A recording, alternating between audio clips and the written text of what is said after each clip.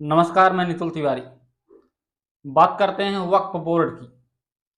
केंद्र सरकार वक्फ बोर्ड के अधिकार को कम करने की तैयारी में है, जिसके तहत वक्फ बोर्ड किसी भी संपत्ति को वक्फ संपत्ति घोषित करके उस पर नियंत्रण कर लेता है।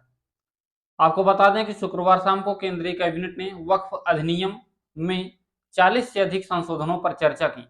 इनमें वक्फ बोर्ड के अधिकार क्षेत्र की जांच करने वाले संशोधन भी शामिल हैं, जिन्हें कई लोग मनमाना मानते हैं। आपको बता दें कि वक्फ बोर्ड के पास देश भर में लाखों करोड़ रुपए की संपत्ति है।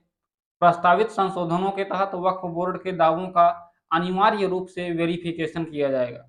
ऐसा ही एक अनिवार्य वेरिफिकेशन उन संपत्तियों के लिए भी प्रस्तावित है जिनके लिए वक्फ बोर्ड और व्यक्तिगत मालिकों ने दावे और जवाबी दावे किए हैं। शुक्रवार को केंद्रीय कैबिनेट के फैसलों पर एक आधिकारिक ब्रीफिंग में इसके बारे में कुछ नहीं बताया गया, लेकिन सूत्रों ने संकेत दिया कि वक्फ बोर्ड अधिनियम में संशोधन करने वाला एक विधेयक अगले सप्ताह संसद में पेश किया जा सकता है। सूत्रों के मुताबिक संपत्तियों के अनिवार्य वेरिफिकेशन के दो प्रावधान जो वक्फ बोर्ड की मनमानी शक्तियों पर रोक लगाएंगे, अधिनियम में प्रस्तावित प्रमुख संशोधन हैं। इन संस्थाओं के पास किसी भी संपत्ति को वक्फ संपत्ति के रूप में चिन्हित करने की शक्तियां हैं।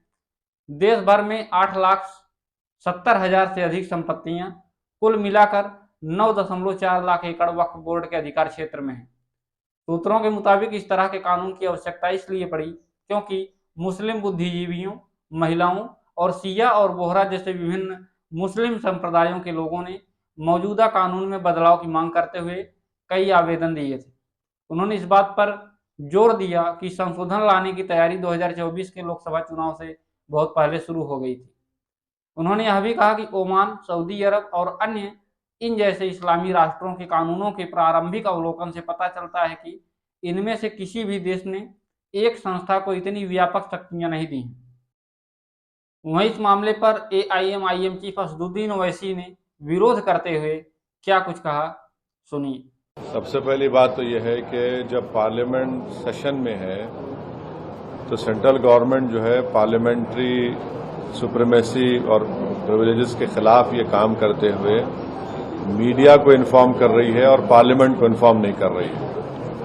पार्लियामेंट जब चल रहा है तो सरकार का काम है कि इमीडिएटली आप पार्लियामेंट को इन्फॉर्म करते, बजाय इसके कि आपने मीडिया को लीक किया। अब जो मीडिया ने रिपोर्ट किया उसकी बुनियाद पर मैं ये कह सकता हूं कि ये जो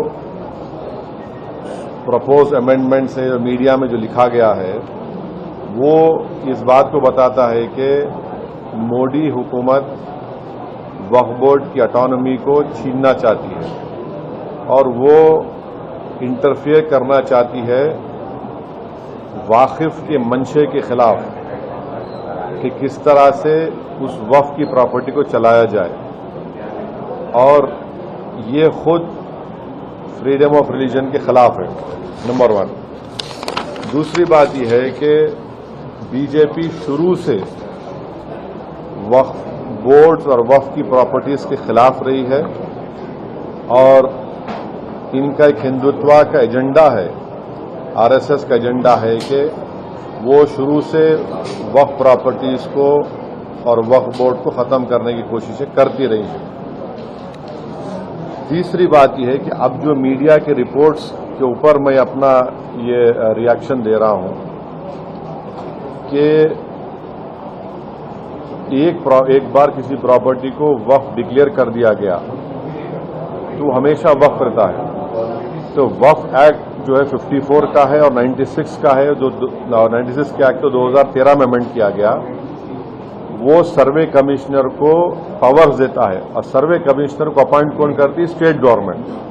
तो सर्वे कमिश्नर वक्फ प्रॉपर्टी को आइडेंटिफाई करता, उसके बाद लिस्ट ऑफ वक्फ प्रिपेयर होती है सर्वे कमिश्नर की तरफ से, और वो सर्वे कमिश्नर जो स्टेट गवर्नमेंट का अपॉइंटी है उसको स्टेट गवर्नमेंट को भिजाता और state government gazette notification issue करती है। तो गजीट नोटिफिकेशन खुद एक ऑफिशियल एक्ट है और अगर गजीट नोटिफिकेशन 1 साल तक चैलेंज नहीं होती तो वो फाइनल हो जाती है और नेचर ऑफ वक्फ हो जाता है। इसको ये लोग चेंज करना चाहते हैं यानी जो पहले से वक्फ हो चुकी हैं प्रॉपर्टीज, अब दोबारा उनको स्टैब्लिश करना पड़ेगा कि ये वक्फ है, ये इम्पॉसिबिलिटी है।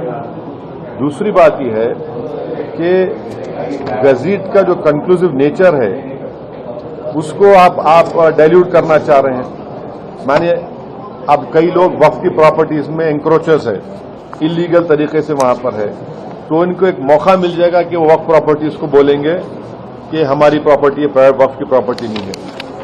और कोई भी प्रॉपर्टी में ये झगड़े होते कहीं ना कहीं, तो उसको एक एंक्रोचर्स को एक मौका मिल जाएगा। तीसरा न्यूज रिपोर्ट ये बोलता है कि अमेंडमेंट इन एस्टैब्लिशमेंट और कंपोजिशन ऑफ वक्फ बोर्ड, तो ये एक्ट खुद ये बोलता है कि हर स्टेट में एक वक्फ बोर्ड होना चाहिए और बोर्ड रिस्पॉन्सिबल होगा उसके एडमिनिस्ट्रेशन और मैनेजमेंट ऑफ वक्फ प्रॉपर्टीज के लिए। अब अगर आप अमेंडमेंट करेंगे establishment and composition of Waqf board में, तो एक एडमिनिस्ट्रेटिव क्योस होगा, loss of autonomy Waqf board का होगा, और ये गवर्नमेंट का जो कंट्रोल है वक्फ बोर्ड के ऊपर, गवर्नमेंट का कंट्रोल बढ़ेगा तो वक्फ के इंडिपेंडेंस पे बहुत बड़ा असर पड़ेगा। चौथी बात उसमें यह है कि वक्फ ट्रिब्यूनल्स है। अब ये जो मीडिया रिपोर्ट ये बोल रहा है कि गवर्नमेंट इन ट्राइब्यूनल्स को डाइल्यूट करना चाहती है।